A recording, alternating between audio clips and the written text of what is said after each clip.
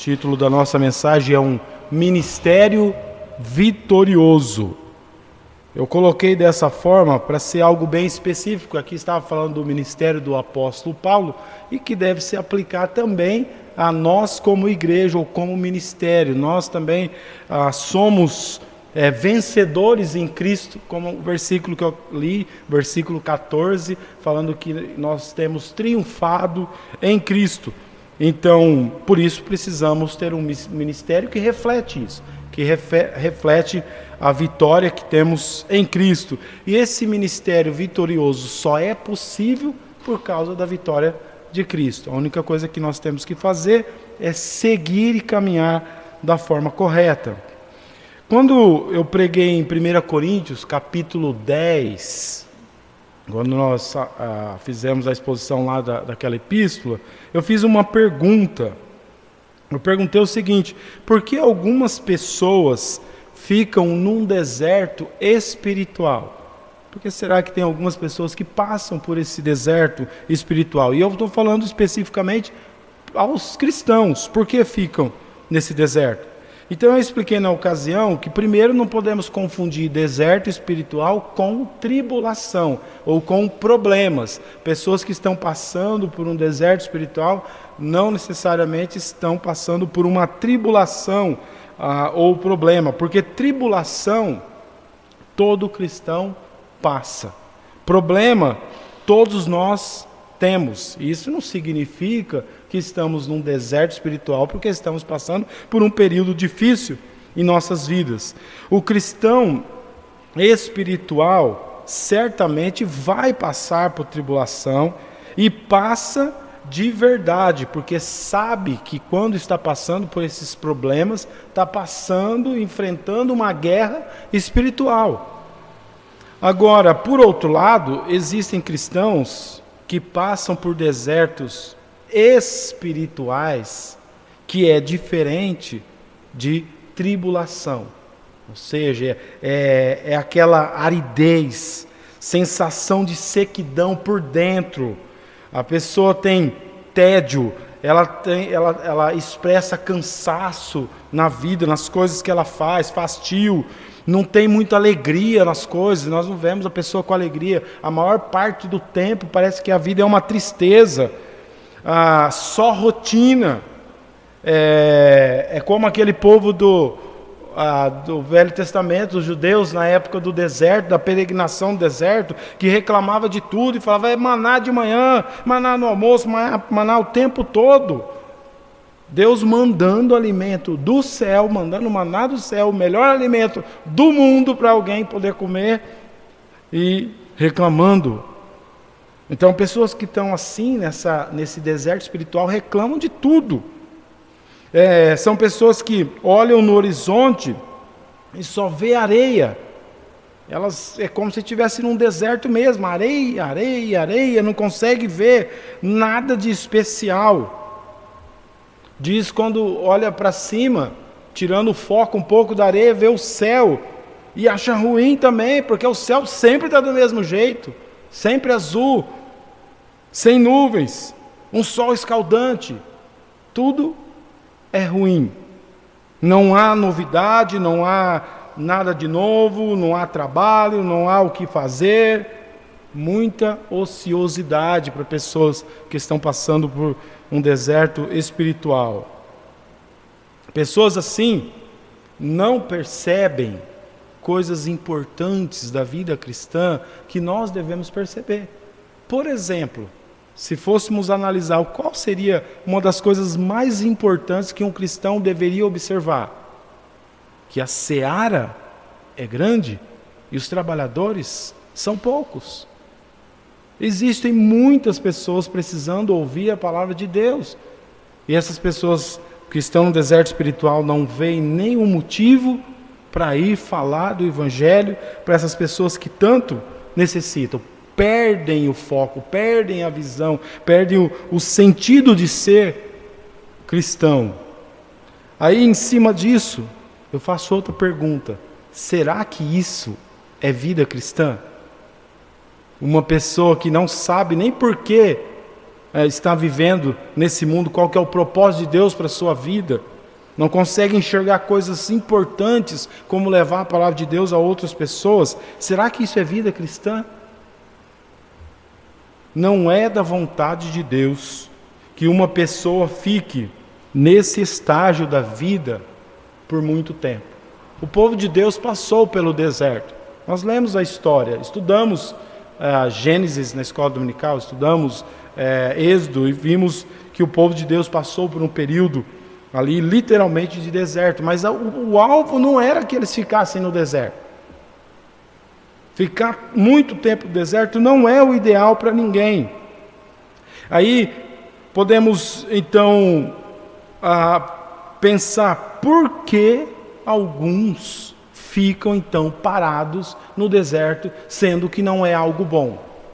A ideia de alguém que está caminhando e passa pelo deserto é chegar em outro lugar, um lugar melhor. As pessoas nunca entram no deserto pensando em ficar no deserto.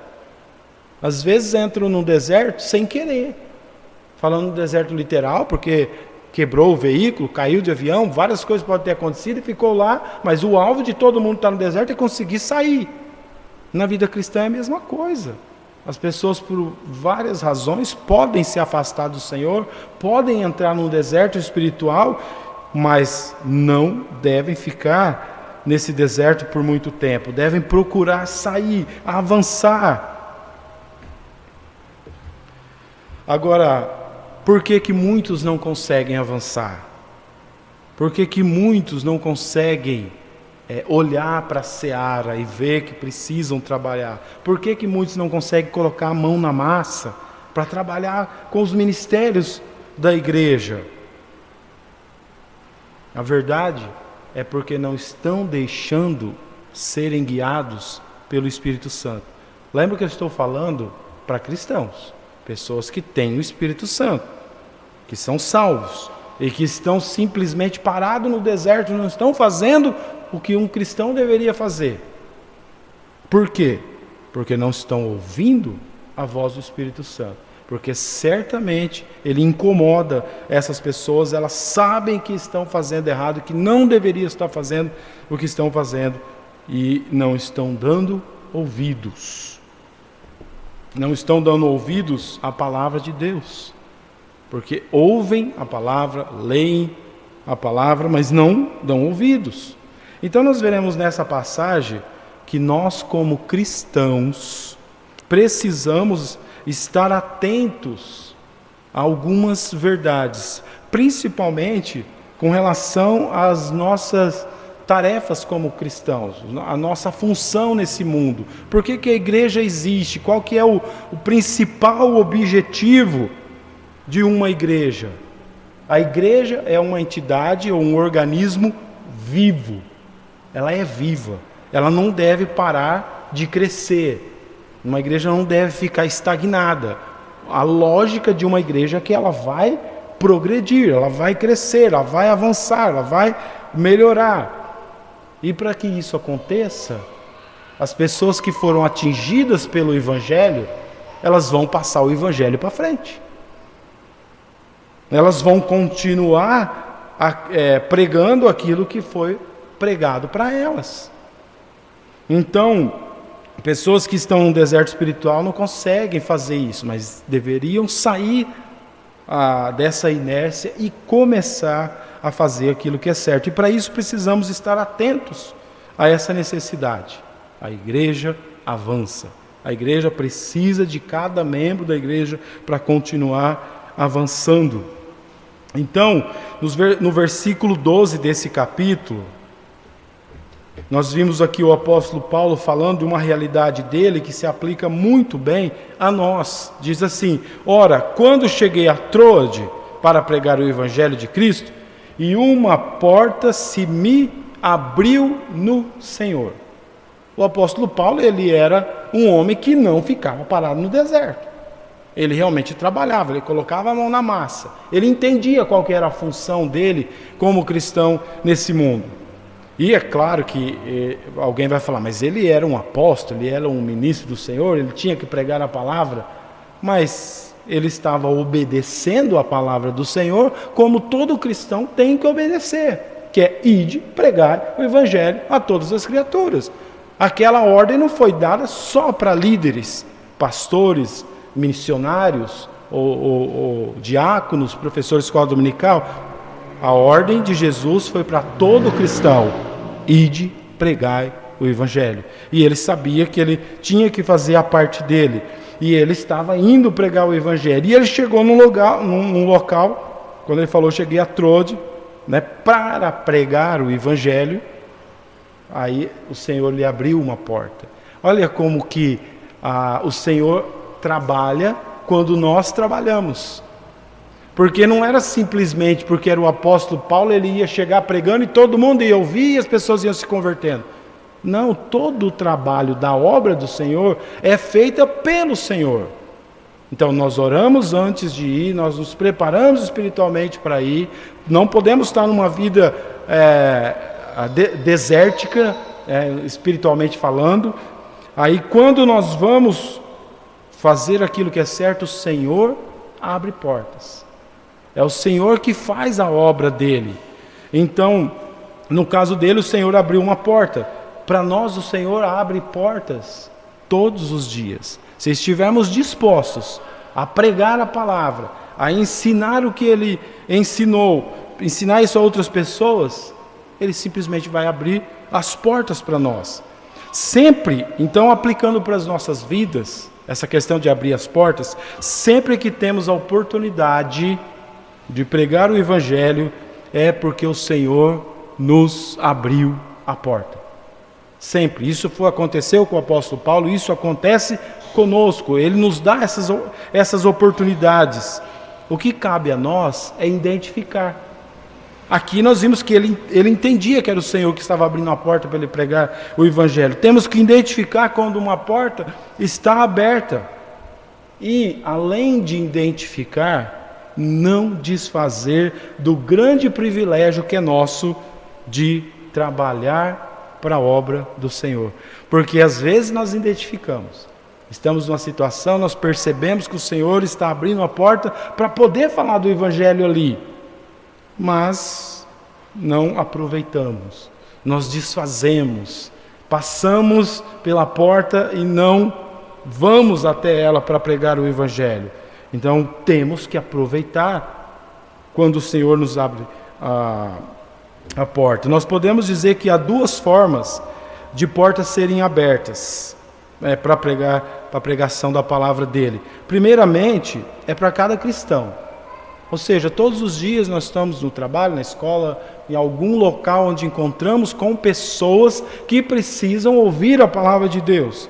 Então, ali com cada um de nós há a oportunidade de muitas portas serem abertas para que possamos pregar o evangelho. Essa é a primeira realidade, cada um abrir portas com cada um de nós. E nós temos que individualmente aproveitar as oportunidades que Deus nos dá.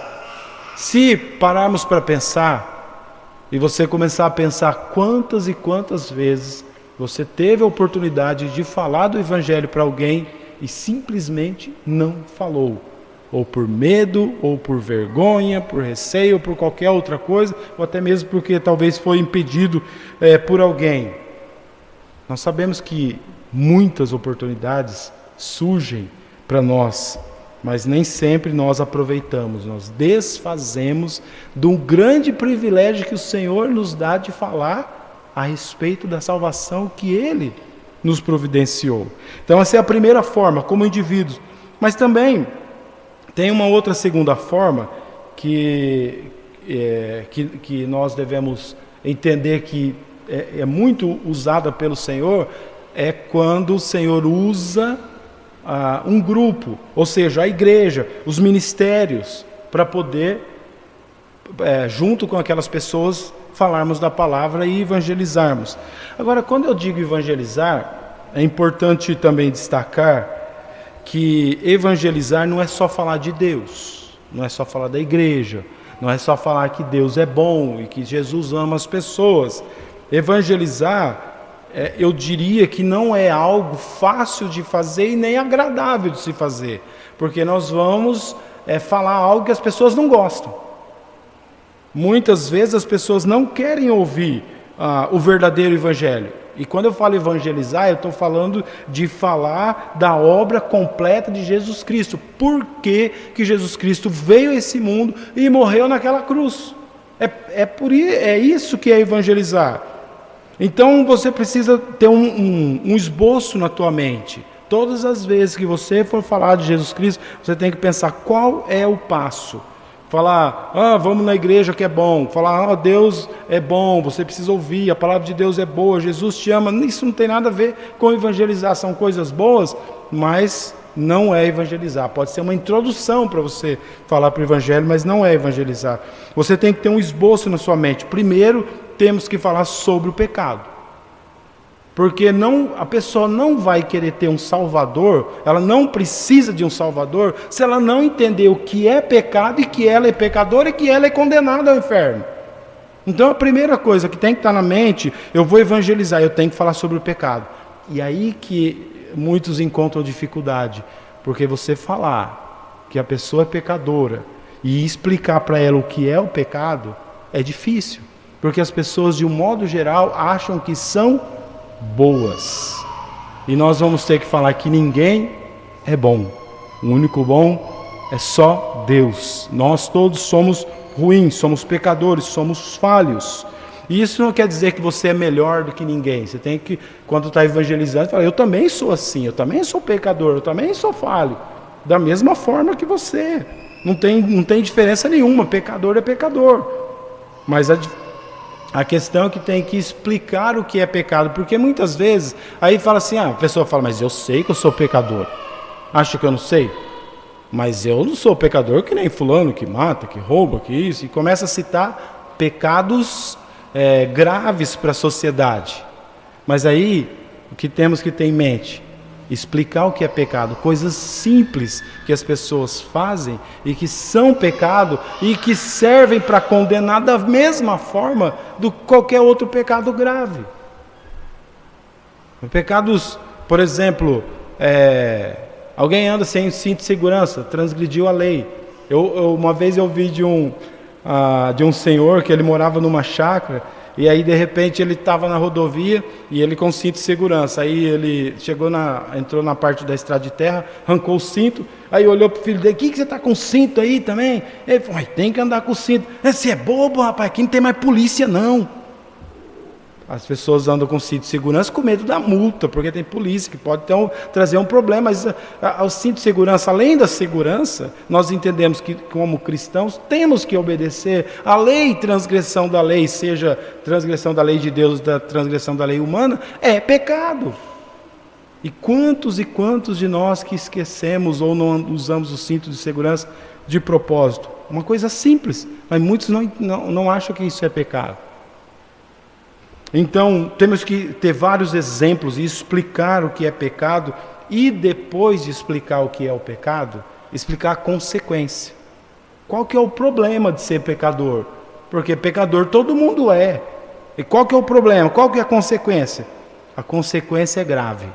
A consequência é condenação eterna. A consequência do pecado é ficar separado eternamente de Deus. Isso é o pior de tudo.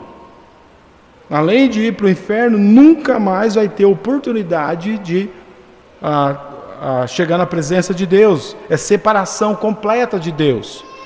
Então, por isso que nós vamos evangelizar. Nós podemos até falar para as pessoas, é por isso que eu estou te falando isso, porque eu não quero que você passe por essa situação. Eu estou te falando a verdade. É algo ruim de se falar? Mas é a verdade. O pecado leva para a condenação eterna. Depois que você explica sobre o que é pecado, a consequência do pecado, aí você vai dar a solução. Aí que você vai falar de Jesus Cristo. Aí que você vai explicar que Jesus Cristo morreu na cruz por causa do seu pecado. E aí a pessoa, ela precisa entender que é pecadora, ela precisa se arrepender do seu pecado, pedir perdão para Deus e ter uma fé exclusiva em Jesus Cristo. O que é fé exclusiva? Só Jesus. É muito simples. A salvação não é complicada, porque às vezes você fala, mas esses crentes aí acham que só eles que vão para o céu, porque eles são isso, são aquilo. Não, a salvação é muito simples. A gente não precisa ir na igreja, não precisa ser batizado, não precisa ser bonzinho, não tem nada dessas coisas que temos que fazer como lista de coisas para sermos salvos. É simplesmente entender que é pecador, pedir perdão por se arrepender do seu pecado e pedir para Jesus Cristo salvar. Crer somente nele e mais nada. A salvação é muito simples. Então isso é aqui um resumo do que é evangelizar. É claro que a conversa sobre evangelismo, às vezes, ela se estende, porque as pessoas têm perguntas e temos que estar preparados para responder as perguntas. Como diz a fé, a Bíblia, temos que estar preparados para defender a nossa fé. Então, a segunda forma aí que Deus abre portas é por meio dos ministérios da igreja, onde um grupo de pessoas trabalham juntos em uma porta que foi aberta. Que tipo de porta que pode ser aberta? Por exemplo, ministério infantil, trabalhar com crianças. Existem igrejas que começaram com o ministério infantil, pessoas que fizeram trabalho com crianças, e aí através dessas crianças que foram se convertendo, foram ganhando os pais, e igrejas começaram com o ministério infantil. Ministério de aconselhamento. Hoje é uma realidade, muitas igrejas estão se especializando para aconselhar pessoas. Aconselhar com relação ao casamento, com relação a finanças, com relação a drogas, com pessoas que têm problemas emocionais, depressão e várias áreas que poderíamos citar com relação a aconselhamento. É um ministério. E as pessoas podem chegar a Jesus Cristo por meio desses ministérios, mas quando pregamos o Evangelho corretamente. Então existem muitas portas que podem ser abertas. Todos os dias, cada um de nós. Individualmente, Deus pode abrir portas. E também para a igreja, para o grupo, e nós, como parte da igreja, temos que aproveitá-las. Então, essa é a primeira verdade, que temos que aproveitar as oportunidades para evangelizar. A segunda verdade é que temos que confiar na orientação do Espírito Santo. Olha no versículo 13. Não tive, contudo, tranquilidade no meu espírito, porque não encontrei o meu irmão Tito. Por isso, despedindo-me deles, parti para a Macedônia. Aqui nós vimos o apóstolo Paulo falando aquilo que realmente aconteceu com ele. Ele estava naquele local, abriu-lhe uma porta, mas ele não teve ali o coração tranquilo, e ele partiu para outro lugar para evangelizar, confiando no que o Espírito Santo estava falando com ele. Ele estava ouvindo a voz do Espírito Santo. Muitos têm medo de evangelizar, dizendo que não são capazes como outros são. A pessoa fala, mas esse ponto aí é um dos mais difíceis para mim. Eu não consigo falar do Evangelho para as pessoas. E se elas fizerem perguntas, eu não vou saber responder. E questionam várias fases aí da questão do evangelismo que acham que não vão conseguir porque não são capazes. E aí acabam passando para outras pessoas ou simplesmente falando que não vão fazer. Agora, eu queria dizer o seguinte: ninguém nesse mundo é capaz de convencer alguém do seu pecado. Ninguém. Não existe pastor, não existe teólogo, não existe professor, não existe pessoa que é capaz de convencer que a pessoa é pecadora e que ela precisa de um Salvador. Se fosse assim, nós não teríamos lugar aqui, né?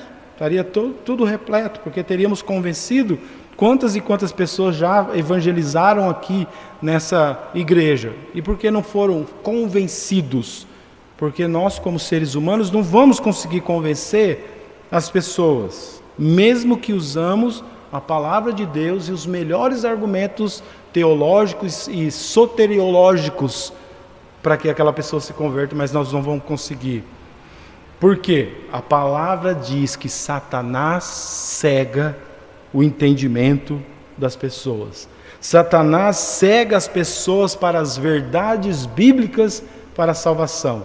Inclusive, esse é um título de um estudo que nós fazemos aqui desde quando chegamos aqui em Olímpia. As verdades bíblicas sobre a salvação. É um estudo em que nós passamos para a pessoa. Fizemos, eu não sei quantos, mas eu sei que se não chegamos perto de 1000, estamos perto. Talvez milhares de estudos nós fizemos em 25 anos. Aí a gente está vendo aí o resultado. Né? São poucas pessoas que realmente se converteram. Porque somente o Espírito Santo que convence. Se não fosse o Espírito Santo, ninguém teria se convertido. Essas pessoas que se converteram e estão aqui na igreja até hoje, foi porque o Espírito Santo convenceu da necessidade de terem Cristo como Salvador de suas vidas. Portanto, não precisamos ter medo de obedecer a ordem, o mandamento de ir e pregar o Evangelho. Porque você pregando o Evangelho e eu pregando o Evangelho, quem vai convencer é o Espírito Santo. É Ele que tem esse poder de convencimento. Que diferença faz? Se eu uso a palavra, você usa a palavra, estamos iguais. E o Espírito Santo vai trabalhar. Então nós só temos que fazer o quê?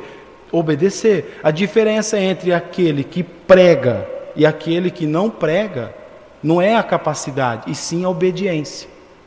Aquele que prega simplesmente está obedecendo, independente se ele acha que é capaz ou não, ele obedece, ele vai e faz. E o que não prega, ele simplesmente está desobedecendo a palavra do Senhor e não faz. Então, se por um acaso, após pregar a palavra do Senhor, ou quando uma porta abrir, você achar que deveria levar o Evangelho ali naquele local, ou aquela pessoa, e se por um acaso não houver conversão, nós entendemos que é da vontade do Senhor. Porque se não for da vontade dele, não haverá a conversão. Então ficamos tranquilos. Aí que o apóstolo Paulo está falando da tranquilidade do Espírito, que ele não estava sentindo tranquilidade. Porque quando o Espírito Santo nos dá tranquilidade, nós vamos e fazemos, independente do que vai acontecer. Então, geralmente quando nós pregamos, mesmo quando vamos contrariados, que não deveríamos, mas às vezes falamos, mas eu tenho que ir, eu tenho que evangelizar, eu tenho que falar para aquela pessoa que eu sei que ela nem quer ouvir, que às vezes vai até fazer escárnio ou coisa desse tipo, mas todas as vezes que a gente faz, eu pelo menos em todas as experiências que eu tive, eu nunca me arrependi e sempre tive uma sensação de, aquele sentimento de paz e sensação de dever cumprido, sempre, todas as vezes, por mais contrariado que eu fosse fazer algum tipo de pregação. Eu falo, mas será que tem algum tipo de pregação que a pessoa fica contrariada? Vai pregar num velório, onde você sabe que tem muitas pessoas lá chorando, triste, em uma situação muito complicada, e que a maioria não é convertida, para você ver como que é difícil. Não é nada gostoso você participar de um velório e ter que falar a verdade, porque quando nós vamos pregar o Evangelho, temos que falar a verdade. É algo difícil de se fazer. Então tem algumas situações que são complicadas para evangelizar, mas todas as vezes que eu aceitei o desafio, tive que participar de uma situação complicada, eu nunca me arrependi e sempre tive aquele sentimento de dever cumprido. Por quê? Porque é isso que o Senhor nos mandou fazer. Ir e pregar o Evangelho a todas as criaturas, independente das circunstâncias. Então, primeira oportunidade aqui, a primeira verdade, aproveite as oportunidades para pregar. Segunda, nós temos que confiar na orientação do Espírito Santo. Nós temos que confiar que quando vamos falar a palavra dele, é ele que vai convencer as pessoas. Não precisamos ter medo de evangelizar. E por fim, nos versículos 14 a 17, nós temos aí a terceira verdade, que é reconhecer que somos vitoriosos em Cristo. Então, nós vamos aproveitar as oportunidades, nós vamos confiar no Espírito Santo para fazer uma coisa que é vitória certa. Nós somos vitoriosos na vida cristã. Nós só precisamos reconhecer que em Cristo já temos essa vitória. Então não temos receio em participar numa atividade da obra do Senhor. Acompanhe comigo os versículos 14 a 17. Graças, porém, a Deus, que em Cristo sempre nos conduz em triunfo e por meio de nós manifesta em todo lugar a fragrância do seu conhecimento. Porque nós somos para com Deus o bom perfume de Cristo, tanto nos que são salvos como nos que se perdem. Para com estes cheiro de morte para a morte, para com aqueles aroma de vida para a vida. Quem, porém, é suficiente para essas coisas? Porque nós não estamos, como tantos outros, mercadejando a palavra de Deus. Antes, em Cristo é que falamos na presença de Deus, com sinceridade e da parte do próprio Deus. O fato de reconhecermos que somos vitoriosos em Cristo seria como alguém que está participando em algum tipo de esporte só para cumprir tabela, mas ele sabe que já é vitorioso. Talvez um time que está numa final, que por pontos, ele já sabe que ele vai ganhar, ou talvez porque ganhou de goleada no primeiro jogo, no segundo, ele sabe que não tem jeito de ser revertido, ele está ali participando, sabendo que a vitória é certa. Nós, cristãos, somos assim. Em Cristo já somos vitoriosos. Estamos num jogo que nunca seremos derrotados. Não há possibilidade de derrotas. Quando nós saímos da nossa inércia, saímos do estado de deserto e vamos fazer aquilo que o Senhor quer que nós façamos, nós estamos partindo para fazer algo que já é certo, que é uma vitória certa. Então, é muito bom participar de algo que é certo a vitória. Então, duas verdades importantes nós temos que destacar com o fato de sermos vitoriosos em Cristo. Primeiro, que parece óbvio, mas é a verdade, é que nós estamos do lado certo. Então, essa é a primeira verdade. E uma das coisas que nós não fazemos, e que o apóstolo Paulo falou também que eles não faziam, não mercadejamos a palavra como tantos outros, como diz o versículo. Na época do apóstolo Paulo já mercadejavam a palavra. A própria palavra fica fácil de entender. Mercadejar tem a ver com comércio. Era algo que eles faziam com vinho também, colocavam água, diluíam o vinho para poder lucrar mais. Nós vimos coisas desse tipo em nossos tempos também, colocam água no leite, coisas desse tipo para lucrar mais. Faziam isso. E começaram a fazer essas mesmas coisas com a palavra de Deus. Ou seja, diluindo a palavra de Deus para ela não ser tão difícil de ser aceita. E assim ganham as pessoas. Isso naquela época. Hoje nós vemos muito mais isso. As pessoas usam a Bíblia para atrair pessoas, mas pregam o evangelho diluído. É por isso que eu expliquei o que era evangelizar no começo. Porque o evangelho que muitos estão pregando hoje não é o evangelho verdadeiro. Eu vi uma pessoa evangelizando uma vez, ele simplesmente falou: você crê que Jesus Cristo é Salvador? Creio. Então, você quer receber Ele como Salvador? Quero. Então, coloca a mão no seu coração aí e fala: eu quero receber Jesus como... A pessoa fez isso. Aí eu falei: mas como que a pessoa pode ser salva e receber Cristo como Salvador se ela nem sabe do que ela está sendo salva? Se ela nem ouviu que ela era pecadora e que as consequências do pecado, e que sem Jesus Cristo ela seria impossível ela ser salva da condenação. Só uma pessoa falar: eu quero ser salvo, eu quero ir para o céu, eu quero receber Cristo Salvador, não salva ninguém. A pessoa precisa entender o evangelho completo. Eu ouvi outro caso de alguém que fez uma oração desse tipo, aceitou, aí depois eu fui conversar com a pessoa, porque o próximo passo é procurar entender se realmente se converteu e ir para o batismo. E eu fui conversar com a pessoa chegou e falou, não, mas eu não... eu aceitei porque eu achei que era uma coisa boa. A hora que ele falou, você quer orar? Eu quero, eu oro sim. Ele repetiu a oração do pecador, que é chamado, né? A pessoa vai falando, vai orando, e ele falou, eu achei que era uma boa energia para mim, por isso que eu orei. Você me desculpe se eu fiz alguma coisa errada. Eu falei, não, você não fez nada de errado, não tem nenhum problema com isso. A questão é que essa oração que você fez não serve para salvação. Porque a palavra de Deus diz que para ser salvo precisa isso. Aí ele falou, aí que é o problema, eu não acredito que isso aí é a palavra de Deus. Para mim isso é um livro que foi escrito por homens. Se é um livro que é escrito por homens, então o que está falando aí não vale nada. Então eu falei, a partir do momento que você não acredita que é a palavra de Deus, eu não tenho como continuar falando desse evangelho para você, porque você precisa entender que aqui é a palavra de Deus. Então, mas as pessoas que estão mercadejando a palavra hoje, simplesmente falam, Jesus te ama. Vem para a minha igreja que os seus problemas vão ser resolvidos. Quais são os principais problemas do mundo hoje? A gente poderia classificar só em 3 tipos de problema. Problema de saúde, problema de finança e problema de relacionamento com pessoas.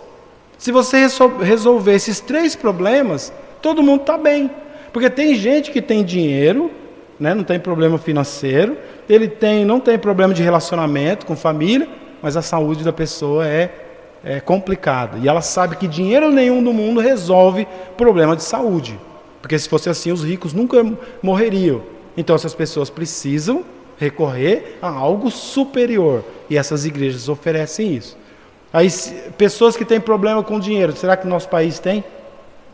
Tem muitos. E a igreja fala, vem para cá que nós vamos resolver. Se você tiver fé, você vai conseguir ter sucesso financeiro, que é a prosperidade que eles tanto pregam. E problemas com relacionamento. Imagina, casamento, pais com os filhos que têm problemas com drogas, filhos que são rebeldes. E tem vários tipos de problemas que as pessoas enfrentam com relacionamento. E aí a igreja oferecendo essa solução nessas 3 áreas, automaticamente essas pessoas vêm. Mas como essas pessoas vão chegar se elas falarem, vocês têm, a fonte do problema de vocês é o pecado.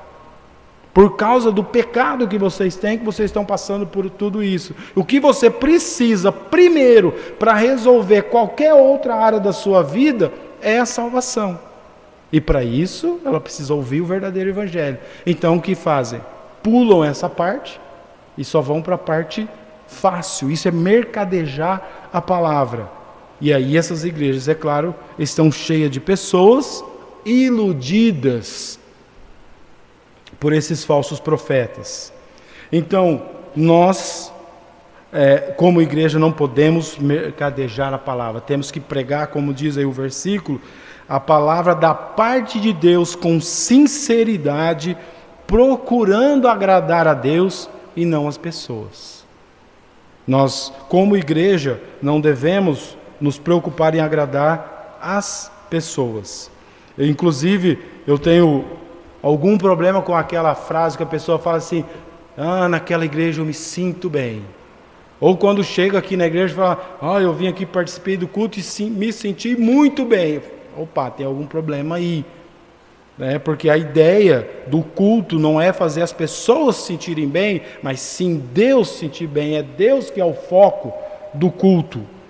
Então, não é que eu estou falando que as pessoas vão ter que se sentir mal na igreja, não é nesse sentido, mas quando o foco é a pessoa e não Deus, então o valor fica invertido e a pessoa fica procurando se sentir bem. E aí a hora que fica procurando igreja, até achar aquela que se sente bem. Sabe qual é o resultado? Essas pessoas nunca acham uma igreja que elas vão se sentir bem. Porque de fato elas não resolveram o problema que faz elas se sentirem mal, sentir aquele vazio que é o pecado. Tem que resolver o problema do pecado.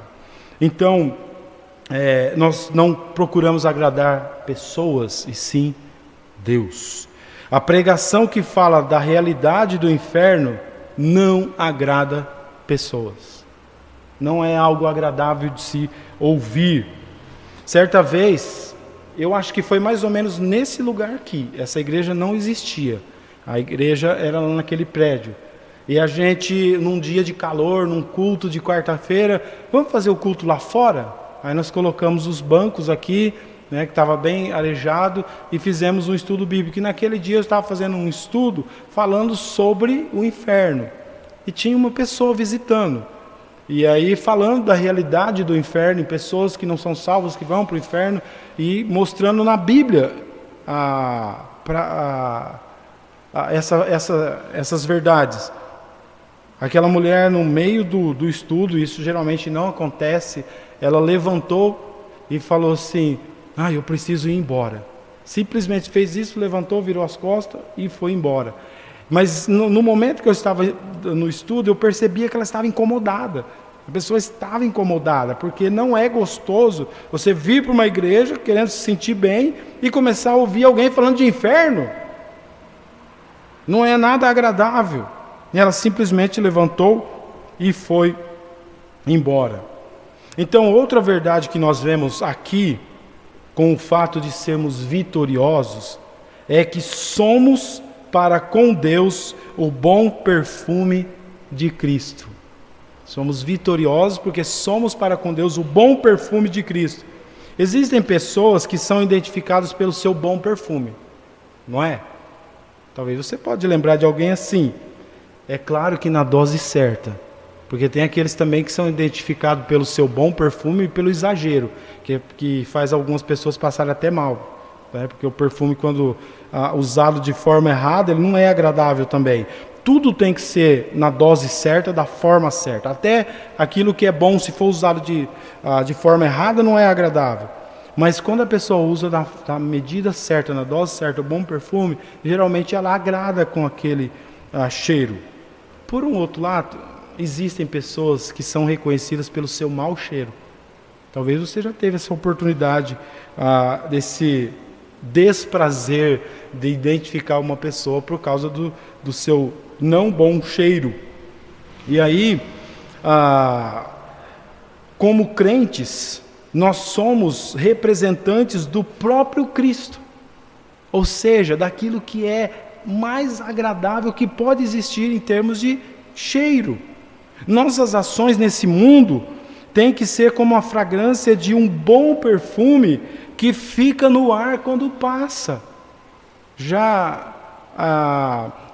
Você consegue lembrar de alguém ou de alguma situação em que você estava em um lugar que você percebeu que alguém passou naquele lugar só por causa do perfume? Você fala, olha esse perfume, às vezes até conseguindo identificar o perfume. É assim que deve ser o cristão. O bom testemunho do cristão e do crente deve ser tão agradável que as pessoas vão gostar daquilo. Depois que ela sai, depois que ela passa, as pessoas ainda ficam lembrando daquele bom testemunho da pessoa, porque é agradável. Ser um cristão que cheira mal, por um outro lado, é algo desonroso para Cristo. É vergonhoso para a igreja. É uma forma de desonrar Deus. Nós, como cristãos, temos que ser um bom cheiro, uma fragrância agradável para o mundo. Com isso, então, nós podemos concluir dizendo o seguinte, com relação ao ministério vitorioso da igreja. Nós, como igreja, uma igreja, para ter um ministério vitorioso, ela tem então que praticar essas verdades que vimos no texto, que vimos nessa passagem. O ministério vitorioso vai aproveitar as oportunidades. Então, pessoas que fazem parte do ministério que é vitorioso, vai aproveitar as oportunidades individuais. Nós temos que fazer isso todos os dias. Nós não vamos desprezar aquela oportunidade que o Senhor está nos dando. E como grupo, como igreja, nós vamos também aproveitar as oportunidades para evangelizar. Existem várias oportunidades, várias portas que o Senhor pode nos abrir e temos que estar atentos para aproveitá-las. Também, uma igreja saudável, ela vai conseguir identificar com tranquilidade de espírito quando alguma mudança de rumo precisa ser feita. Às vezes podemos investir tempo em algo que simplesmente está desgastando a igreja, desgastando o corpo e não está produzindo aquele fruto que poderia produzir. Então nós precisamos ter essa tranquilidade de espírito e mudar o rumo, partimos para outro, tentar outra coisa, para podermos fazer a vontade do Senhor, que é levar a palavra dele a outras pessoas que tanto precisam. Então, às vezes teremos que abandonar algumas coisas para que outras possam ser feitas com mais excelência.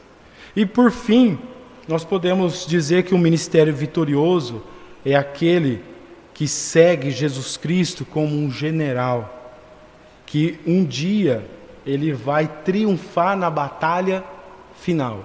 Nós sabemos que Jesus Cristo já venceu na cruz, mas ainda estamos num mundo que estamos lutando com o pecado e muita coisa errada existe nesse mundo. Mas Jesus Cristo um dia vai voltar. Jesus Cristo um dia vai liderar uma batalha final e ele vai acabar com o mal. E todas as coisas vão ser resolvidas. De fato, vamos triunfar junto com Jesus Cristo. E aí, um ministério vitorioso segue marchando essa batalha, entendendo que é Jesus Cristo que está à frente, que Ele que é o general e que nós simplesmente temos que fazer o que Ele nos manda fazer. E assim estamos obedecendo a vontade e a palavra dEle. Que Deus abençoe a sua palavra nessa noite e que possamos, como cristãos, obedecê-la.